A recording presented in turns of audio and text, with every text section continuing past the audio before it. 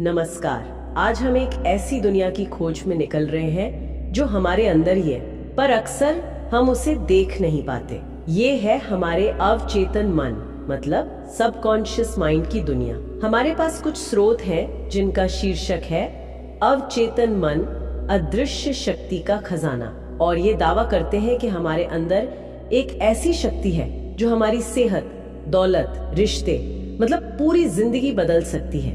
तो आज इस गहन चर्चा में हम यही समझना चाहते हैं कि इन स्रोतों के हिसाब से ये अवचेतन मन आखिर है क्या, ये काम कैसे करता है, और सबसे जरूरी, हम इसकी शक्ति का इस्तेमाल अपनी भलाई के लिए कैसे कर सकते हैं। चलिए जरा इसे खोलकर देखते हैं। शुरुआत ही एक बहुत बड़े दावे से होती है ना? हाँ बिल्कुल। स्रोत सीधे डॉक्टर जोसेफ मर्फी के शब्दों को सामने रखते हैं। तुम्हारा अवचेतन मन एक ऐसा खजाना है जिसमें तुम्हारी सेहत, खुशियां और सफलता के सारे जवाब छिपे हैं। ये अपने आप में एक बहुत बड़ा विचार है, मतलब कि समाधान कहीं बाहर नहीं ढूंढना है, वो हमारे अंदर ही है। ये हमें अपनी अंदरूनी दुनिया पर, अपने विचारों पर, विश्वासों पर ध्यान देने को कहता है, जो शायद हम रोज की भागदौड़ में इग्नोर कर देते हैं। हाँ, ये बात तो है।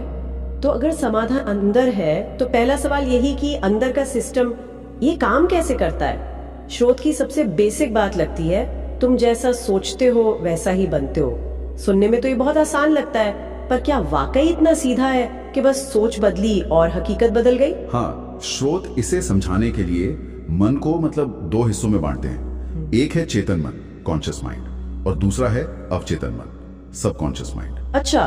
तो चेतन मन वो हिस्सा है जो तर्क करता है, सोचता है, फैसले लेता है, जैसे हम अभी बात कर रहे हैं। स्रोत इसे एक जहाज के कैप्टन जैसा बताते हैं जो दिशा तय करता है, और अवचेतन मन वो उस जहाज के इंजन रूम जैसा है, या कहिए पूरी मशीनरी। वो तर्क नहीं करता, सवाल नहीं पूछता, उसका काम बस कैप्टन यानी चेतन मन से जो भी आदेश मिल रहे हैं उन्हें लेना और उन्हें पूरा करने में लग जाना, दिन रात सोते जागते लगातार। अच्छा, तो कैप्टन ने कहा चलो और इंजन रूम ने जहाज चला दिया। पर आपने कहा वो सवाल नहीं पूछता, इसका क्या मतलब हुआ? ये थोड़ा खतरनाक नहीं लगता? हाँ, ये बहुत गहरा पॉइंट है, और स्रोत इसी पर सबसे ज्यादा जोर देते हैं। अवचेतन मन सही गलत, अच्छा बुरा, बनाने वाला बिगाड़ने वाला, इसमें कोई फर्क नहीं करता। वो कोई नैतिक जजमेंट नहीं लेता। उसका काम सिर्फ चेतन मन से लगातार जो विचार आ रहे हैं, जो विश्वास बन गए हैं, जो भावनाएं हैं, कल्पनाएं हैं, उन्हें एक पैटर्न की तरह लेना और उन्हें हकीकत बनाना। अगर चेतन मन लगातार सोचता है मैं ये कर सकता हूं, मैं सफल हूं, तो अवचेतन मन उसे सच बनाने के लिए रास्ते खोजेगा, मौके बनाएगा। लेकिन अगर चेतन मन लगातार डर, शक, कमी के विचार भेजता है, मैं नहीं कर पाऊंगा, मेरे साथ ही बुला होता है, पैसे कमाना बहुत मुश्किल है, तो अवचेतन मन इन नेगेटिव आदेशों को भी उतनी ही ईमानदारी से पूरा करने में लग जाएगा। मतलब वो वैसी परिस्थितियां बना देगा जो इन बातों को सच साबित करें। बाप रे। हाँ बिल्कुल। इसीलिए स्रोत कहते हैं कि हमें अपने विचारों को लेकर बहुत बहुत सावधान रहना चाहिए, क्योंकि हम अनजाने में भी अपने अवचेतन को गलत प्रोग्रामिंग दे सकते हैं। ये तो वाकई ध्यान देने वाली बात है कि हमारा अपना ही एक हिस्सा हमारे खिलाफ काम कर सकता है अगर हम उसे सही कमांड ना दें। अच्छा, इसी से जुड़ा अगला आइडिया है विश्वास की शक्ति का। स्रोत कहते हैं कि अवचेतन मन से चमत्कार हो सकते हैं अगर पूरा विश्वास हो। यहाँ विश्वास से उनका क्या मतलब है? सिर्फ उम्मीद रखना या कुछ और? नहीं, स्रोत विश्वास को सिर्फ इच्छा या उम्मीद से कहीं ज्यादा गहरा बताते हैं। उनके मुताबिक विश्वास दो चीजों का कॉम्बिनेशन है।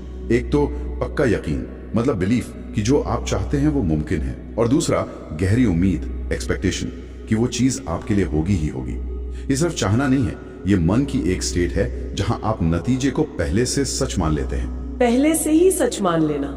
हाँ, स्रोत में ऐसे कई किस्सों का जिक्र है जहां लोगों ने सिर्फ अपने विश्वास और सोच को बदलकर गंभीर बीमारियों से छुटकारा पाया। जैसे मान लीजिए किसी को डॉक्टर ने कहा कि यह बीमारी ठीक नहीं हो सकती, पर उस इंसान ने अपने मन में लगातार अपने ठीक होने की तस्वीर देखी, उसे महसूस किया और उस विश्वास पर अड़ा रहा। स्रोत के अनुसार इस गहरे विश्वास ने अवचेतन मन को ठीक होने का एकदम साफ निर्देश दिया, और फिर अवचेतन मन ने शरीर की जो अंदरूनी हीलिंग पावर है उसे एक्टिवेट कर दिया।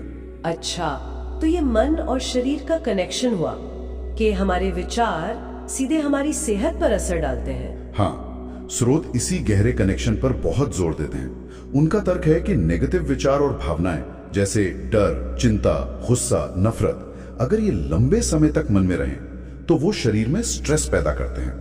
ये स्ट्रेस फिर शरीर में नुकसान पहुंचाने वाले केमिकल्स छोड़ सकता है, इम्यून सिस्टम को कमजोर कर सकता है और बीमारियों के लिए एक तरह से माहौल बना सकता है। और इसका उल्टा पॉजिटिव सोच? बिल्कुल, शांति, खुशी, प्यार, आभार ऐसे पॉजिटिव भाव शरीर में बैलेंस लाते हैं, हार्मनी लाते हैं। इससे शरीर की अपनी जो ठीक करने की क्षमता है वो बेहतर काम करती है। इसीलिए स्रोत कहते हैं कि शांत मन सबसे बड़ी दवा है। और वो रोजाना पॉजिटिव बातें दोहराने मतलब एफर्मेशंस की सलाह देते हैं, जैसे मैं हर दिन हर तरह से बेहतर और स्वस्थ हो रही हूँ। ये सिर्फ शब्द नहीं है, ये अवचेतन मन को दिए जाने वाले निर्देश हैं जो शारीरिक हकीकत को बदल सकते हैं, ऐसा स्रोत का दावा है। सेहत के बाद अब आते हैं उस चीज पर जिसके बारे में शायद बहुत लोग सोचते हैं, पैसा और सफलता। यहाँ भी स्रोत का नजरिया थोड़ा अलग है। डॉक्टर मॉफी का एक कोट है, गरीबी दिमाग में होती है, जेब में नहीं। इसका क्या मतलब निकालें? क्या सच में सिर्फ सोच बदलने से फाइनेंशियल हालत बदल सकती है? हाँ, स्रोत का तर्क यही है, लेकिन देखिए ये कोई जादू की छड़ी नहीं है कि सोचा और हो गया। उनका कहना है कि हमारी जो बाहर की आर्थिक स्थिति है वो अक्सर हमारी अंदर की सोच और विश्वासों का आईना होती है। अगर किसी के मन में गहराई से बैठा है कि पैसा कमाना बहुत मुश्किल है, या मैं कभी अमीर नहीं बन पाऊंगा, या पैसे वाले लोग अच्छे नहीं होते, तो ये विचार अवचेतन मन में कमी की चेतना पैदा करते हैं, एक तरह की लैक मेंटालिटी। फिर अवचेतन मन ऐसी सिचुएशन बनाने लगता है जो इस विश्वास को पक्का करे। कैसे?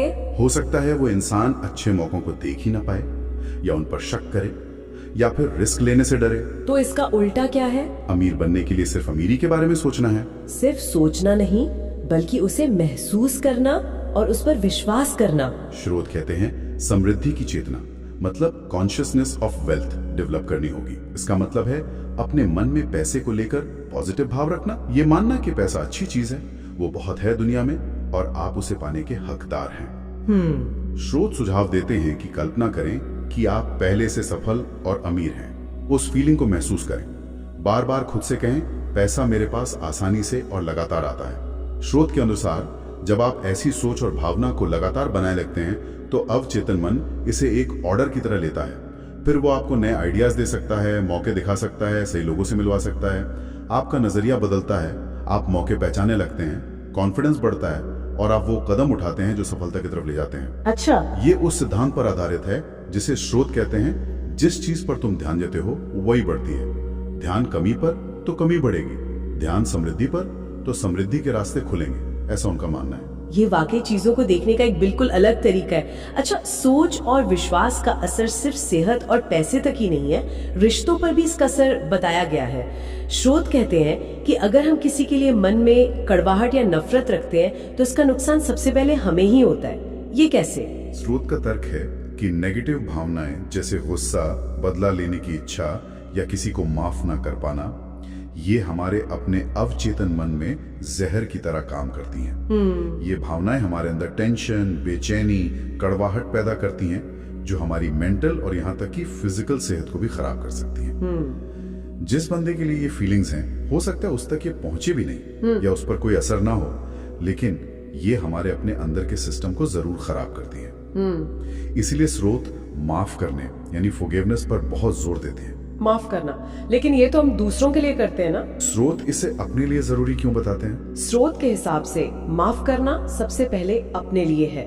ये सामने वाले को सही ठहराना नहीं है, ये अपने मन से उस बोझ को उतारना है। जब हम किसी को माफ नहीं करते तो हम उस इंसान या उस घटना से इमोशनली बंधे रहते हैं। वो नेगेटिव एनर्जी हमारे अंदर फंसी रहती है। अच्छा, माफ करने से हम उस एनर्जी को रिलीज करते हैं, अपने मन को साफ करते हैं। ये उसी आइडिया को सपोर्ट करता है कि अवचेतन मन एक आईने जैसा है। हम जो भार भेजते हैं वही लौट कर मिलता है। अगर हम लगातार गुस्सा या नफरत भेज रहे हैं अपने विचारों और भावनाओं में, तो हमारी जिंदगी में वैसे ही अनुभव आ सकते हैं। और अगर हम प्यार, शांति, माफी का भाव रखते हैं तो हमारे रिश्ते बेहतर हो सकते हैं और हमें शांति मिलती है। जैसा कहा है, प्यार भेजो प्यार पाओ। ये अपने इमोशनल माहौल को सुधारने जैसा है। ये बहुत जरूरी सीख है। अब कुछ प्रैक्टिकल टेक्निक्स की बात करते हैं जो स्रोत बताते हैं। एक बड़ा इंटरेस्टिंग सुझाव है नींद के समय का इस्तेमाल करने का। हम तो सोते हैं, पर क्या हमारा मन भी सोता है? स्रोत के मुताबिक हमारा चेतन मन तो रेस्ट करता है, पर अवचेतन मन कभी नहीं सोता। वो 24/7 काम करता है, हमारे शरीर के जरूरी काम चलाता रहता है, सांस लेना, दिल धड़कना वगैरह। और क्योंकि सोते समय चेतन मन शांत होता है, लॉजिक कमजोर होता है, इसलिए अवचेतन मन सुझावों के लिए ज्यादा खुला, रिसेप्टिव होता है। इसीलिए स्रोत कहते हैं कि सोने से ठीक पहले का समय बहुत कीमती है। इस वक्त अपने मन में पॉजिटिव विचार डालें, अपनी इच्छाओं को पूरा होते हुए इमेजिन करें, या किसी प्रॉब्लम का हल अवचेतन मन को सौंप दें। जैसे सोने से पहले शांति से दोहराएं, मैं पूरी तरह शांत और सुरक्षित हूं, या मेरे जीवन में सब कुछ अच्छा हो रहा है, या मुझे मेरी इस मुश्किल का सही हल मिल रहा है। स्रोत मानते हैं कि रात भर अवचेतन मन इन सुझावों पर काम करता है और सुबह तक कोई नया आइडिया, कोई इंस्पिरेशन या हल दे सकता है। ये तो कमाल की बात है। और डर का सामना कैसे करें? डर तो बहुत कॉमन चीज है। स्रोत डर को कहते हैं कल्पना का गलत इस्तेमाल। मतलब हम उन बुरी चीजों की कल्पना करके डरते हैं जो अभी हुई नहीं है और शायद कभी होंगी भी नहीं। हाँ, होता है ऐसा। और उसे नौकरी मिल गई है। इस पॉजिटिव कल्पना को बार बार दोहराने से अवचेतन मन में डर की जगह कॉन्फिडेंस का पैटर्न बनने लगता है। अच्छा। और दूसरा तरीका डॉक्टर मर्फी के शब्दों में है, do the thing you fear and the death of fear is certain. मतलब जिस काम से डरते हो उसे कर डालो। अक्सर डर सिर्फ हमारी कल्पना में बड़ा होता है। जब हम हिम्मत करके वो काम कर लेते हैं तो पता चलता है कि डर उतना बड़ा था ही नहीं, या फिर उसे करने से कॉन्फिडेंस बढ़ता है और डर अपने आप कम हो जाता है। पहला कदम उठाना ही मुश्किल है। हाँ, वही सबसे मुश्किल बताया गया है। प्रार्थना के बारे में भी स्रोत का नजरिया थोड़ा अलग है ना। आमतौर पर हम प्रार्थना को रिक्वेस्ट या मांगना समझते हैं। यहाँ कैसे देखा गया इसे? हाँ, यहाँ प्रार्थना को एक तरह की साइंटिफिक प्रोसेस की तरह देखा गया है। मतलब अपने चेतन मन की इच्छा को विश्वास और भावना के साथ अवचेतन मन तक पहुंचाना। ये किसी बाहरी शक्ति से मांगने के बजाय अपने अंदर की शक्ति को निर्देश देना है। जब कोई पूरे विश्वास और गहरी फीलिंग के साथ किसी पॉजिटिव नतीजे की प्रार्थना करता है, जैसे मुझे रास्ता मिल रहा है, मेरे लिए सब मुमकिन है, तो वो असल में अपने अवचेतन मन को प्रोग्राम कर रहा होता है कि वो उस नतीजे को हकीकत बनाए। तो यहाँ भी विश्वास और भावना जरूरी है। हाँ, बहुत जरूरी। विश्वास और नतीजा मिल जाने की भावना, feeling of the wish fulfilled. स्रोत कहते हैं कि सिर्फ शब्द दोहराना काफी नहीं है, उस इच्छा के पूरे होने की फीलिंग को महसूस करना जरूरी है, ताकि अवचेतन मन उसे सच मानकर स्वीकार कर ले। और इसी से जुड़ा है आभार, ग्रैटिट्यूड का विचार। इसका क्या महत्व बताया गया है? आभार को स्रोत एक बहुत ही पावरफुल मेंटल और इमोशनल स्टेट मानते हैं। जब हम उन चीजों के लिए थैंक यू बोलते हैं जो हमारे पास पहले से हैं, या उन चीजों के लिए भी धन्यवाद देते हैं जो हम पाना चाहते हैं, जैसे कि वो मिल ही चुकी हूं, मेरी अच्छी सेहत के लिए शुक्रिया, मेरी जिंदगी में भरपूरता के लिए धन्यवाद, तो हम अपनी चेतना को कमी से हटाकर प्रचुरता मतलब अबंडेंस पर फोकस करते हैं। स्रोत के अनुसार आभार की भावना एक हाई पॉजिटिव एनर्जी या वाइब्रेशन पैदा करती है। ये न सिर्फ हमें अच्छा महसूस कराती है, बल्कि ये अवचेतन मन को सिग्नल देती है कि हम और ज्यादा अच्छी चीजों के लिए तैयार हैं और उन्हें एक्सेप्ट कर रहे हैं। आभार जताना एक तरह से यूनिवर्स या अवचेतन मन को बताना है कि हम जिंदगी के तोहफों को पहचानते हैं और उनकी कद्र करते हैं, जिससे और ज्यादा पॉजिटिव अनुभव हमारी तरफ आ सकते हैं। ऐसा इन विचारों का सार है। तो अगर हम इन सारे बातों को समेटें, स्रोतों का निचोड़ क्या है, सेंट्रल मैसेज क्या है? कुल मिलाकर सार यही है कि हमारा अवचेतन मन एक शक्तिशाली लेकिन न्यूट्रल सर्वेंट है, या कह लीजिए एक जमीन की तरह। हम चेतन मन से उसमें जो भी विचार, विश्वास और भावनाओं के बीज बोते हैं, चाहे वो अच्छे हों या बुरे, अवचेतन मन उन्हें ही उगाता है और हमारी जिंदगी में फल के रूप में दिखाता है। वो एक वफादार सेवक है जो बिना सवाल किए हमारे मेंटल ऑर्डर्स को फॉलो करता है।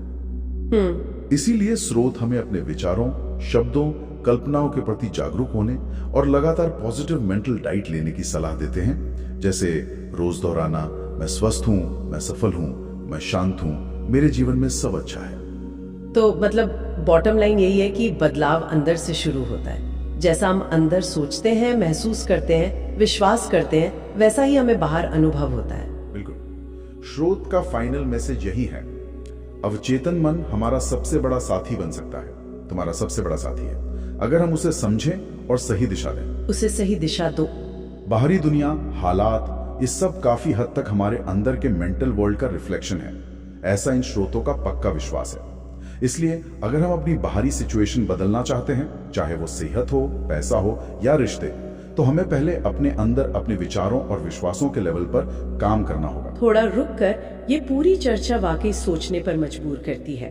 अगर ये सच है, जैसा कि ये स्रोत इतने जोर से कहते हैं कि हमारे अंदर की ये मेंटल कमांड्स हमारी बाहरी सच्चाई को इतना ज्यादा शेप देते हैं, तो फिर एक सवाल उठता है जिस पर शायद हम सब कुछ सोच सकते हैं। वो कौन सा एक छोटा सा, शायद मामूली सा लगने वाला पॉजिटिव बदलाव है जो हम आज से ही अपनी रोज की सोच या कल्पना में ला सकते हैं, जो शायद हमारी जिंदगी में सबसे बड़ा और सबसे अच्छा बदलाव लाने की शुरुआत कर दे। क्या वो सिर्फ एक नेगेटिव विचार को रोज बदलकर एक पॉजिटिव विचार से शुरू हो सकता है? सोचने वाली बात है।